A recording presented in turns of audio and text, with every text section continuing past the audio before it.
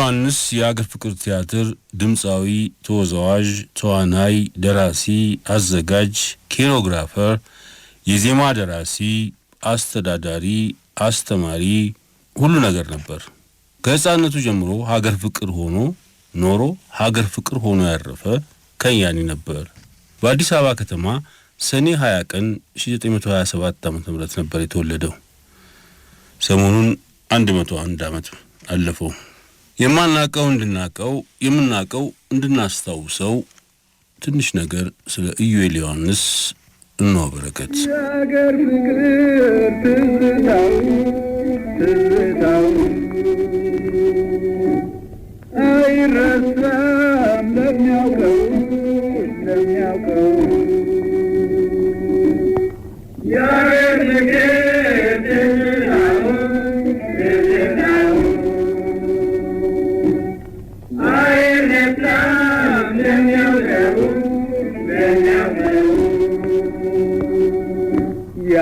የአገራችን ጫካ ወንዛ ወንዙ ለምለም ይናፍቃል ለካ ትዝታው ሲታለም የአገር ፍቅር ትዝታው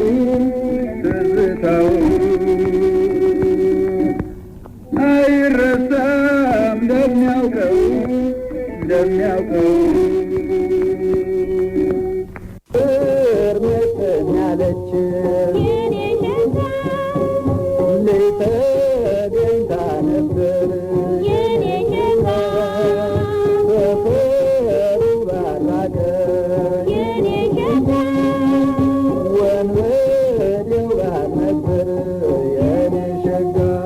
ከያኒ ኢዩኤል ዮሐንስ ሰኔ 20 ቀን 1927 ዓ.ም አዲስ አበባ ከተማ ይወለዳል። እድሜው ለትምህርት ሲበቃ የቤተ ክህነት ትምህርት ቤት ይገባል። ለኢዩኤል ዮሐንስ ወደ ሙዚቃ ዓለም መግባት አቶ መኮንን ሀብተወልድ ትልቅ ሚና ተጫውተዋል። ኢዩኤል ዮሐንስ ገና የ8 ዓመት ልጅ ሳለ የቅዱስ ገብርኤል ቤተክርስቲያን ዲያቆን በመሆን ያገለግል ነበር። በድቁና ተግባር ላይ ሳለ ድምጹን የሰሙት አቶ መኮንን ሀብተወልድ አስጠርተውት እርሳቸው ቤት እየኖረ ሀገር ፍቅር ማህበር እንዲሰራ አደረጉ። ነገር ግን ድምጹ በራዲዮ እንደተሰማ ወላጆቹ ሰምተው በመበሳጨታቸው በፖሊስ አስይዘው ለቅኔ ትምህርት ወደ ጎጃም ላኩት። በጎጃም 2 ዓመት ያህል እንደተማረ አቶ መኮንን ሀብተወልድ በፊናንስ ዘመኞች አሳድነው አስመጡትና ወላጆቹም እንዲረጋጉ መክረው በሀገር ፍቅር ስራውን እንዲቀጥል አደረጉ።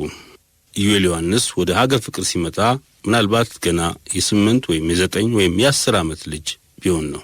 ከያኒ ኢዩኤል ዮሐንስ ከዛን ጊዜ ጀምሮ በወለገብ ከያኒነት እያገለገለ በርከት ያሉት የሀገር ፍቅር ዜማዎች ግጥምና ዜማ ደራሲ ከመሆኑም በላይ በማቀነባበርና ውዝዋዜን በመፍጠር ከፍ ያለ አስተዋጽኦ አበርክቷል።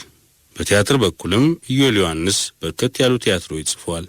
ቀደም ባለው ጊዜ በሀገር ፍቅር ይታዩ ከነበሩት ረጃጅምና አጫጭር ድራማዎች በአብዛኛዎቹ የኢዩኤል ዮሐንስ ናቸው። ከ55 በላይ ረጃጅምና አጫጭር ድርሰቶችን ጽፎ ያበረከተው ይህ አንጋፋ ከያኒ የቲያትር አዘጋጅም ከመሆኑም በላይ በተዋናይነትም ይሰራ ነበር።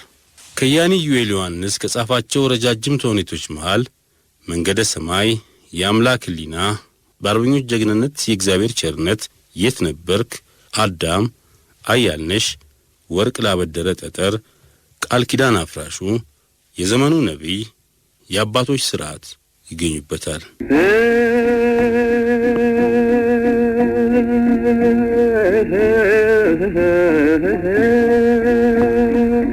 የሌሊት ብርሃኔ ፋናዬ ነይልኝ፣ የሌሊት ብርሃኔ ፋናዬ ነይልኝ፣ ለዓይኔ ማረፊያ አላንቺ ምን አለ እናና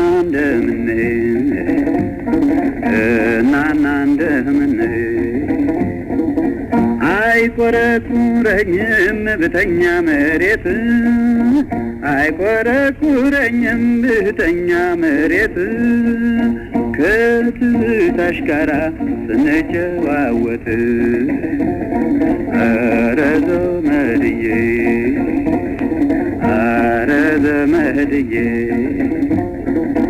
ብርድ ልብስ አልሻም ምን ያደርግልኛል፣ ብርድ ልብስ አልሻም ምን ያደርግልኛል ፍቅርሽ ልቤ ገብቶ ያንቀጠቅጠኛል እናና እንደምን ከያኒ ዩኤል ዮሐንስ ምንም እንኳን በውጭ ሀገር ትምህርታዊ ጉብኝት ቢያደርግም አብዛኛውን ማለትም ሰፋ ያለ ዕውቀቱን አገኘሁ የሚለው ከመጽሐፍና ከፊልም ነው። ብዙ ጊዜ ከእያንዳንዱ የመድረክ ሥራ በኋላ ውጤቱን ከከያንያን ባልደረቦቹ ጋር በመወያየትና አብሮ በመስራት ችሎታውንም እያዳበረው የመጣ መሆኑን በጊዜው ይናገር ነበር። ከያኒ ዩኤል በአጠቃላይ ከድምፃዊነት እስከ ደራሲነት፣ ከተራ ሰራተኛነት እስከ ቲያትር ቤቱ ሥራ አስኪያጅነት ሊደርስ የበቃው በግል ጥረቱና ትጋቱ ነበር። ይህ ስሙም ዕድሜውም ችሎታውም ከሀገር ፍቅር ቲያትር ቤት ጋር ያደገ ከያኒ በተለያዩ የኃላፊነት ቦታዎች ላይ ይሠራ በነበረበት ጊዜ በቲያትር ቤቱ የሙያ ዲሲፕሊን እንዲኖር፣ የአሰራር ስርዓት የለሽነት እንዲወገድና በምትኩም ዘመናዊና ስርዓት ያለው የአሰራር ስልት እንዲሰፍን ብዙ የጣረ ሰው ነው። ከያኒ ዩኤል ዮሐንስ የጥበቡን የባህል መልእክተኞች እየመራ በተለያዩ የዓለም ክፍሎች ከመጓዙም ሌላ በኢትዮጵያ ክፍለ ሀገራትን በመዘዋወር ከሙያ ጓደኞቹ ጋር በመሆን ብዙ ትርኢቶችን አሳይቷል። ከ1968 ዓ.ም ጀምሮ የሀገር ፍቅር ቲያትርን በመልቀቅ በባህል ሚኒስቴር ተዛውሮ የሕዝባዊ ኪነት ዋና ክፍል ኃላፊ በመሆን ጡረታ እስከወጣበት ጊዜ ድረስ አገልግሏል። እንደገና ወደ ሽንጥሽ ዳልሽ ይገባል ይመስለኛል። ይሄ በፊት እዚህ በነበረበት ጊዜ ተሰርቶ ከነበሩት ውስጥ አንዱ የንብ አውራ መሳይ የሚል እንደገና ወደ ፍርሃት ዓለም ተመለሽ።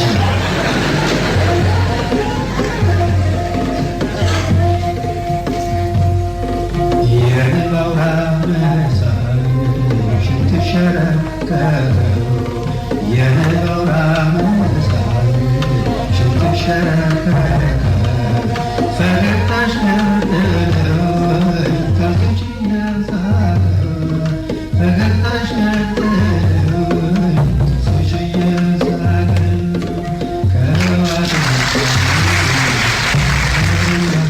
ያበራሉ ከዋድ አይኖችሽ ከሩቅ ያበራሉ እንደ ጀንበር ጮራ ያንሰባለ። ቀደም ባለው ጊዜ የወጡ የነበሩት መጽሔቶች ስለ ከያኒ ዩኤል ዮሐንስ የተለያዩ ነገሮችን ጽፈዋል። በኢትዮጵያ ሕዝብ የሀገር ፍቅር ማህበር ውስጥ በተዋናይነት፣ በደራሲነት ቲያትርና ድራማዎችን ዳይሬክት በማድረግ የመብራቱንም አገባብ የልብሱንም ማመራረጥና በጠቅላላው ብዙ ባለሙያዎች የሚጠይቀውን አብይ ተግባር በማሟላትና በራሱም የአሰራር ዘዴና ፈሊጥ በመጠቀም የሀገር ባህል ጨዋታዎችንና ልቦለድ ዜማና ግጥሞችን በመፈልሰፍ መልክና ውበት በመስጠት ከአስተዳደር ሥራ ጋር አጣምሮ በትጋትና በንቁ መንፈስ ለሀገር ፍቅር ማህበር መልካም የሥራ ስምና ዝና ያተረፈው አቶ ዩኤል ዮሐንስ በኪነ ጥበብ ረገድ ለሀገሪቱ የሰጠው ቅን አገልግሎት በቀላሉ የሚገመት አይደለም። ለሀገር ፍቅር ማህበር ያበረከተውን ሰፊ የሥራ ድርሻ በዚች ጠባብ አምድ ተንትኖ ለመግለጽ ስለሚያዳግት አቶ ዩኤል ለሀገር ፍቅር የኪነ ጥበብ አቋም ዋልታና ምሰሶ ነበር ብሎ ማለፍ ይሻል ይመስለኛል። አቶ ዩኤል ወደ እንግሊዝ ሀገር ሄዶ የኪነ ጥበብ ትምህርቱንም ለአንድ ዓመት ተከታትሎ ዲግሪ ያክል ባለው ዲፕሎማ ተመርቋል። በለንደንም በቆየበት ጊዜ በአያሌ ድራማዎች ውስጥ ተካፋይ የሆነ ሰርቷል። አቶ ዩኤል በአሁኑ ጊዜ በረዳት ሚኒስትር ማዕረግ የሀገር ፍቅር ማህበር አስተዳዳሪ ነው። እንደ እውነቱ ከሆነ በዚህ መጽሔት ስለ አቶ ዩኤል ሊሰፍር የሚገባው የሙያና የሥራ ፍሬ ዝርዝር ሰፋ ያለ ገጽ እንደሚያሻው አዘጋጁ ከልብ ያምናል። ይህ ሁለገብ የኪነ ጥበብ ምሁር ለተውኔት እድገት ያደረገውን ጥረትና ተጋድሎ ለታሪክ ተመራማሪዎች መተው ሳይሻል ይቀራል። ቀደም ባለ ጊዜ ታትሞ የተነበበ የሙያ መጽሔት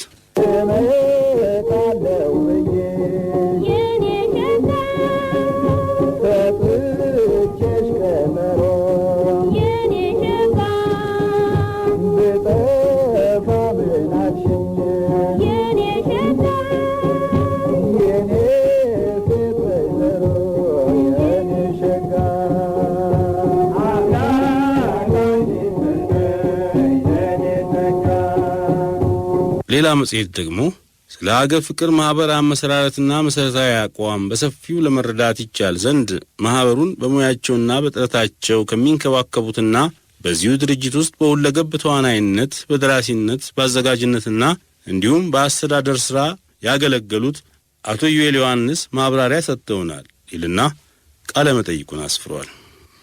የኢትዮጵያ የሀገር ፍቅር ማህበር የተመሰረተው በወልወልና በውጫሌ ግጭት ምክንያት የኢጣሊያ ፋሺስት ወረራ በተሰማበት ጊዜ በ1927 ዓመተ ምህረት በሐምሌ ወር ነው።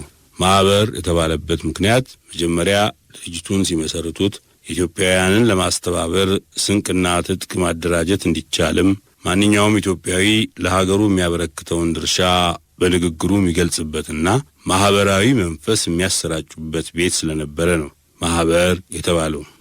የባህል ጨዋታን በማሰልጠን ሳይሆን ያን ጊዜ አዝማሪዎች ከየስፍራው ተሰብስበው ራሳቸው ይዘው ሲጠቀሙበት የቆዩትን ዘፈን በሰገነት ላይ እየወጡ እንዲዘፍኑና እንዲያቅራሩ ያደርጉ ነበር።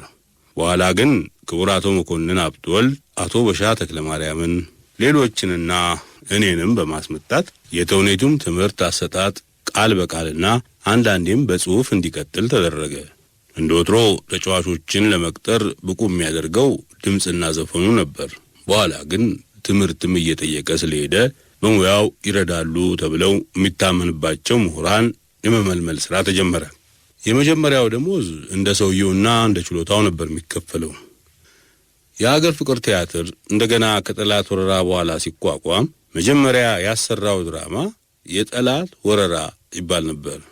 የመጀመሪያ ሐሳብ ሰጪ ክቡር አቶ መኮንን ሲሆኑ የዚሁ ድርሰት ተሳታፊዎች ለድራማው ተስማሚ ሆኖ የተገኘውን መልእክት ሁሉ አቅርበው ተሰርቷል። ከነበሩት ሰዎች ጥቂቶቹ እናቶ ላቀው ደስታ፣ እናቶ በሻ ተክለማርያም፣ እነ ርዕሰ ደብር ታረቀኝ ዘለውና ሌሎችም ነበሩ። የድራማው መሪ ተዋንያን ሙልጌታ ኃይሌ፣ ደምሴ ወንድማገኘሁ፣ ቸኮል ካሳ፣ አሰለፈች ሙላት፣ ዘነበች ግዛው፣ መዝሙር ገብረወልድና እኔ ነበር። ከ1934 ዓመተ ምህረት ግማሽ ዓመት ጀምሮ ሌሎች ድራማዎች ከስሩ እስከ ተካን ድረስ ለብዙ ጊዜ ሲሰራ ቆይቷል። በተለይ ባህላዊ ጨዋታ ታላቅ ሙያ መሆኑንና በአርቲስቶች እየተጠና ወይም ራሱ የባህሉ ባለቤት የሆነው ሰው አቀራረቡን እያሰለጠነ በአዲስ አበባም ሆነ በጠቅላይ ግዛት ያስተዋወቀ በኢትዮጵያ የድራማና የባህል ትርኢት አስፋፊ የኢትዮጵያ ሕዝብ የሀገር ፍቅር ማህበር ነው። የአስተዳደሩን ሥራ መጀመሪያ ይመሩ የነበሩት መስራቹ ክቡር አቶ መኮንን ሀብተወልድ ሲሆኑ ከኪነ ጥበቡ በስተቀረ ከዚያ በኋላ ስለ ሂሳቡ አያያዝ ብዙ ሰዎች ተለዋውጠዋል። የሰራተኛው የወር አበል በየጊዜው እየተሰራ ከሚገኘው ገቢና ሲጎልም መስራቹ ከደሞዛቸው እያመጡ በማሟላት ነበር የሚከፈለው። የሰራተኞቹ ደሞዝ እያደገ ሲሄድ ግን በገቢ ብቻ ሊተዳደር ስላልቻለ መስራቹ አንዳንድ የከተማውን ነዋሪዎች በመጥራት ወይም በመጋበዝ በአንድ ሌሊት 60-70 ሺህ ብር በማግኘት ከፍ ያለ ችግር ሲያጋጥም ደግሞ ለግርማዊነታቸው ችግሩን አመልክተው በሚታዘዘው ገንዘብ ያስተዳድሩት ነበር። የሀገር ፍቅርም ለከፍተኛ ደራሲያን እድል ሰጥቶ ድርሰቶቻቸውን በአዳራሽ እንዲታዩ ያደረገውን ያህል አዲስ እንዳሸል ለሚፈሉ ጸሐፊዎችም የአዳራሹን በር አይዘጋባቸውም። አንቺን መሰለ ወዴት አገኛለሁ ብቶች ስትገቢን ዓይንሽን እያየሁ ዓይኔን በፊትሽ ላይ አሳርፍ ፍቅር ዓይንሽን እያየሁ አንተን መሰለ ወዴት አገኛለሁ ስትወጣ ስትገባ ዓይንህን እያየሁ ዓይኔን በፊትህ ላይ አሳርፍ ፍቅር ዓይንህን እያየሁ። በእንግሊዝኛና በአማርኛ የሚታተሙት የኢትዮጵያ ድምፅ ጋዜጦችና መነን መጽሔት ሲቋቋሙ የግል ድርጅት ሆነው የማንኛውም ኢትዮጵያዊ የግል ሐሳብ ማሰሚያ ሆኖ እንዲሰራ ታስቦ ነበር። ይሁን እንጂ ሌላውን ወደ ጎን ትተን የጋዜጦቹ ማሳተሚያና የሰራተኞቹን ደሞዝ ለመክፈል ማህበሩ ስላቃተው በጊዜው የመጡት ከፍተኛ ባለስልጣኖች ወደ መሰላቸው አቅጣጫ ሲመሩት ቆይተዋል። የሀገር ፍቅር ማህበር ካቋቋማቸው ውስጥ አንድ የእርሻ ዘዴ ማስፋፊያ ጥጥ ፍተሉ ትከሉ፣ ሁለተኛ የግርማዊት እቴጌ የእጅ ጥበብ ትምህርት ቤት።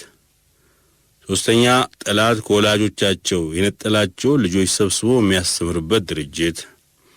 አራተኛ ብሔራዊ ሎተሪን ለመጀመሪያ ጊዜ በኢትዮጵያ ለማቋቋም የነበረ እቅድ። አምስተኛ አርት ሴንተር ተብሎ የቲያትር ቤቶችን በውስጡ ለማቋቋም።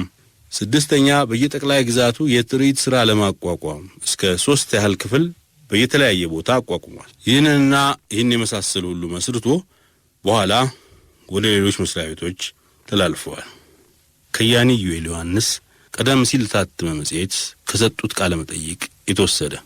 አንቺን መሰለ ወዴት አገኛለሁ ስትወጪ ስትገቢ ዓይንሽን እያየሁ ዓይኔ በፊትሽ ላይ አሳርፍ ጀመር ዓይንሽን እያየሁ ልቤ ጫካ ነበር ብሆን የማይጥሰው ተመነጣጠረ ዘንድሮ ባንድ ሰው ተመነጣጠረ